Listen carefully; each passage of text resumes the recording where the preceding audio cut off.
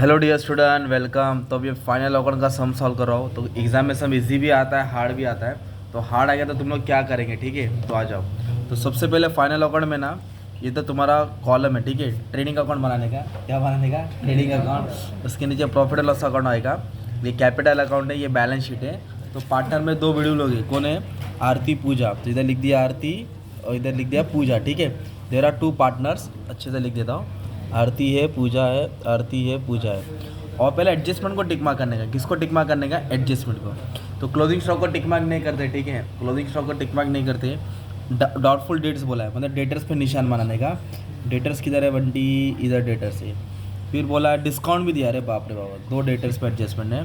फिर lease hold premises, ये नया चीज़ आया है।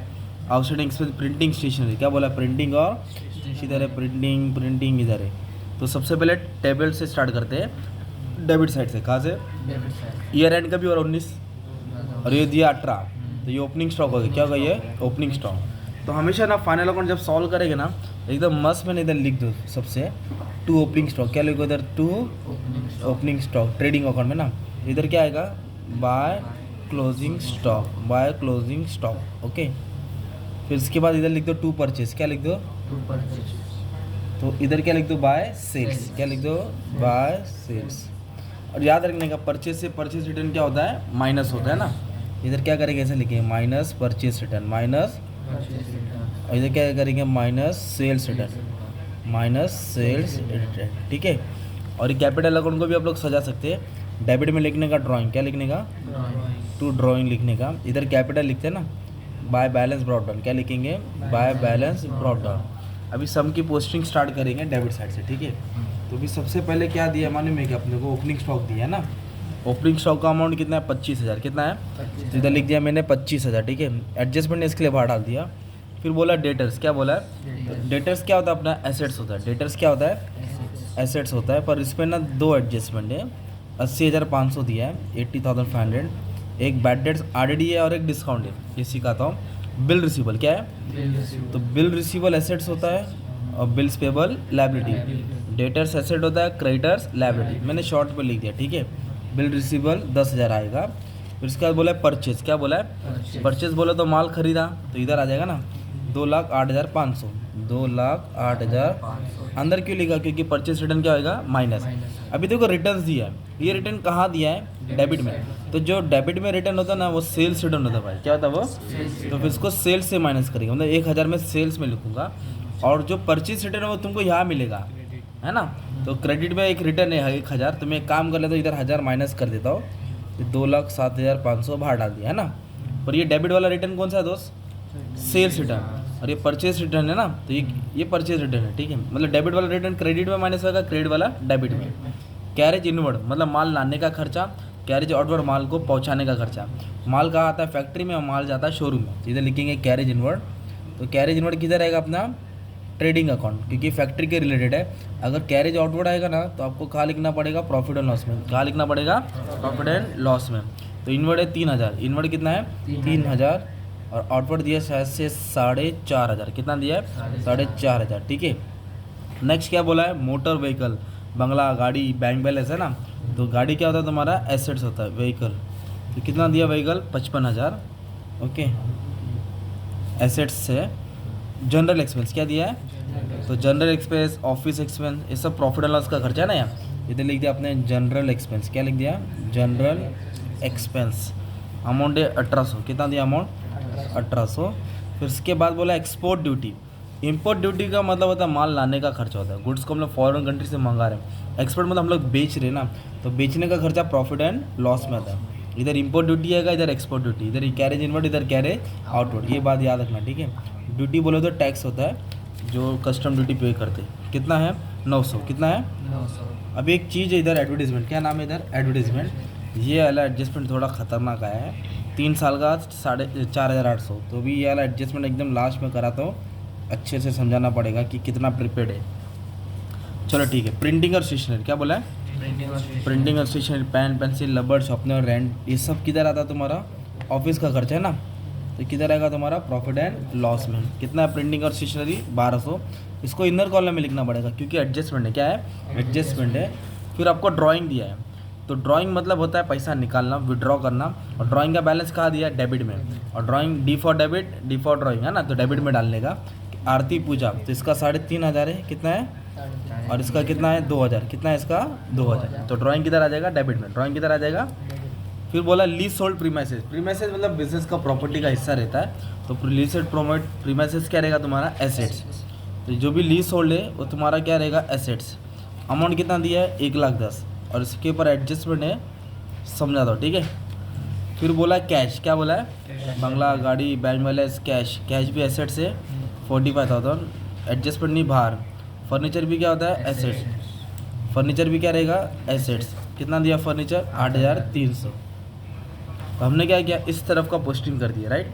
अभी किधर का करेंगे, क्रेडिट का। तो जो डेबिट का पोस्टिंग है ना, वो डेबिट में आता है, या तो ट्रेडिंग के डेबिट में आएगा, या तो प्रॉफिट लॉस के डेबिट में आएगा, या तो कैपिटल के डेबिट, नहीं तो एसेट्स में आएगा। अब क्रेडिट का बैलेंस क्रेडिट क्रेडिट क्रेडिट, नहीं तो कर्जा में आएगा, ठीक है।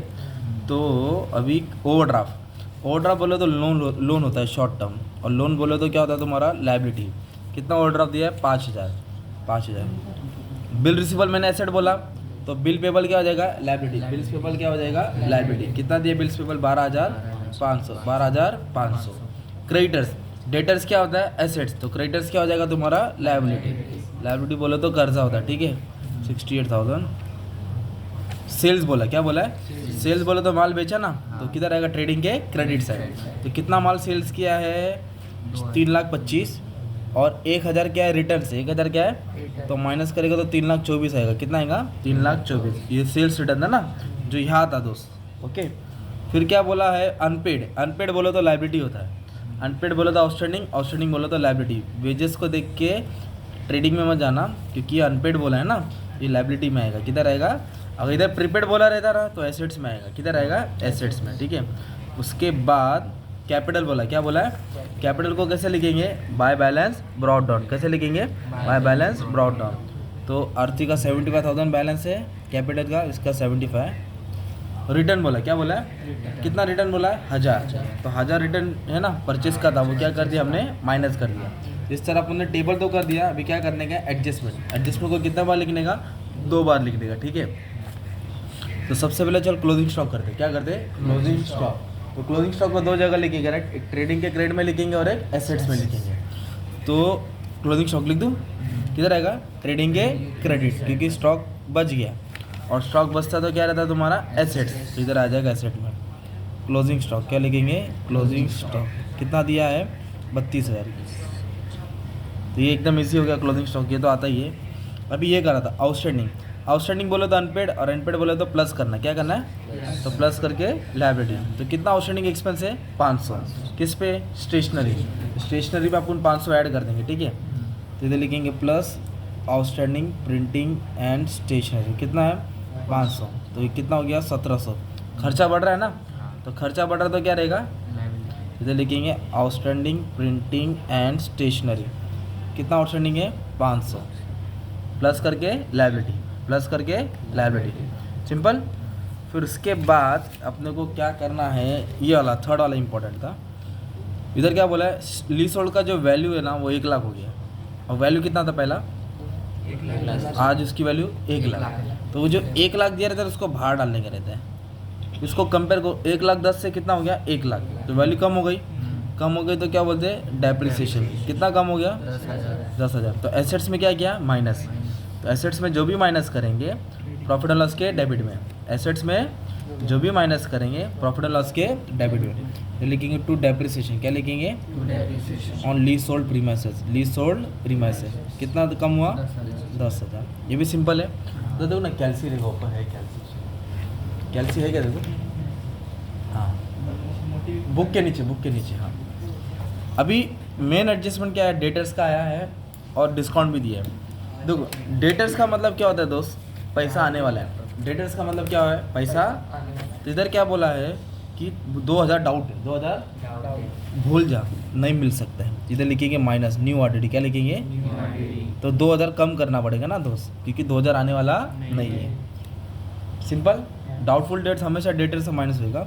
तो 80 में से कितना गया, 20 गया। 80 में से कितना गया, ये कितना आएगा, 78,000, सॉरी 2,000, सॉरी 80 में से 2 गया तो 78,500। तो मैंने डेटर्स को माइनस क्यों किया, क्योंकि पैसा आने वाला नहीं है।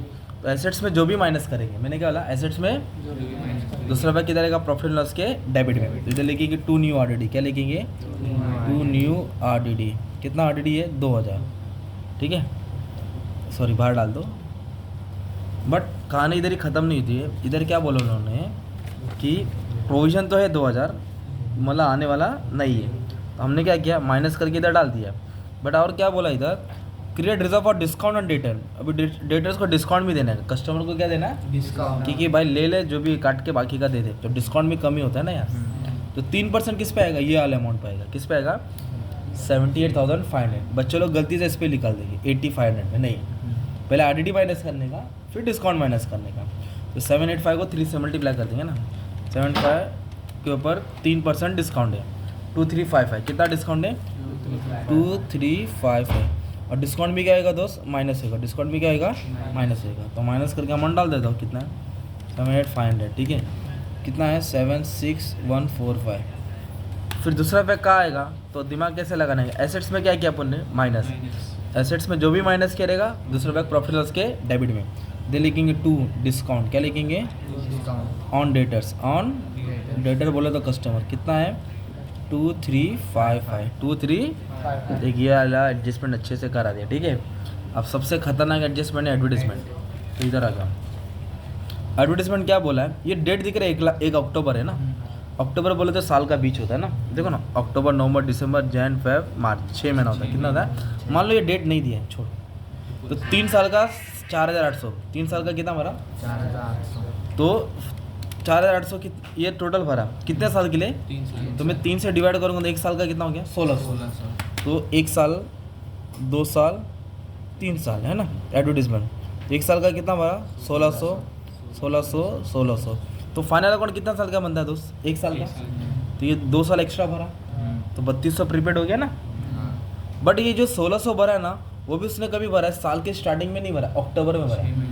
तो ये 1600 का, साल का 1600, 1 साल का 1600, तो आधे साल का कितना है 800, आधे साल का। तो 800 ये साल का रहेगा और 800 किधर रहेगा नेक्स्ट साल का। मतलब 1600 में से 800 इधर ये ईयर में काउंट होगा, बाकी का 2.5 साल उसने ज़्यादा भरा है। तो ये टोटल को ऐड कर लेगा, तेरा प्रीपेड हो जाएगा ना, 16 16 32, 32 और 8 कितना हो गया 4000। मतलब 4800 में 800 सिर्फ ये साल का है करंट ईयर का, और 4000 उसने ज़्यादा भरा है, 4000 उसने एडवांस भरा है। तो क्या करेगा माइनस, तो प्रीपेड है तो क्या आएगा माइनस होगा। इधर क्या लिखेगा माइनस प्रीपेड, क्या लिखेगा माइनस प्रीपेड। अगर ये डेट नहीं रहता था ना, डेट, तो 3200 ज़्यादा भरा उसने, कितना भरा, तो 3200 माइनस करते थे।